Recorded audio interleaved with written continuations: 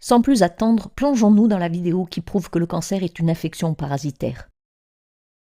Remontons plus de 30 ans en arrière. Au célèbre institut Pettenkofer de Munich, en Allemagne, 3 médecins allemands, les docteurs Jobing, Shears et Winter, étudiaient avec assiduité d'étranges organismes présents dans le sang humain. Ils ont publié leurs résultats dans la célèbre revue scientifique Praxis, dans le cadre de laquelle Alphonse Weber menait des expériences similaires depuis le début des années 60 et avait compris avec les médecins de l'institut Max von Pettenkofer que des microparasites étaient à l'origine de l'infection sanguine. Il a filmé l'expérience dans les années 60 à 80, créant ainsi une preuve unique.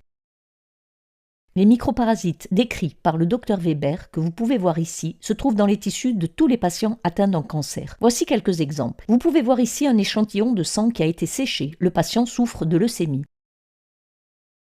Vous voyez ici l'échantillon de sang d'un patient atteint d'un cancer du foie. Ici, le sang d'un patient atteint d'un cancer de la vessie. Et voici un tissu provenant d'un carcinome de la vessie. On peut clairement voir les mouvements vifs des micro-organismes. Ici, le diagnostic est celui d'une métastase ganglionnaire. Il s'agit d'une structure mobile observée dans l'espace intercellulaire des tissus.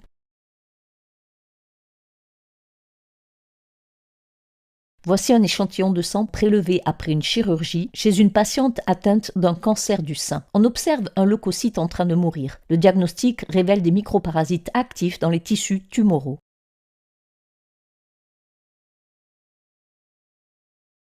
Voici le sang d'un patient souffrant d'un carcinome labial, et ici des cellules d'un carcinome pulmonaire. Dans la partie intérieure gauche, vous pouvez clairement voir des globules rouges, dans lesquels se trouvent des microparasites très actifs.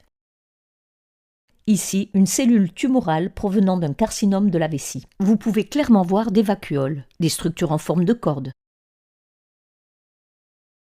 Tous les enregistrements ont un point commun. Vous pouvez voir certains types de micro-organismes récurrents dans tous les cas. Il n'existe aucun tissu tumoral sans ces micro-organismes.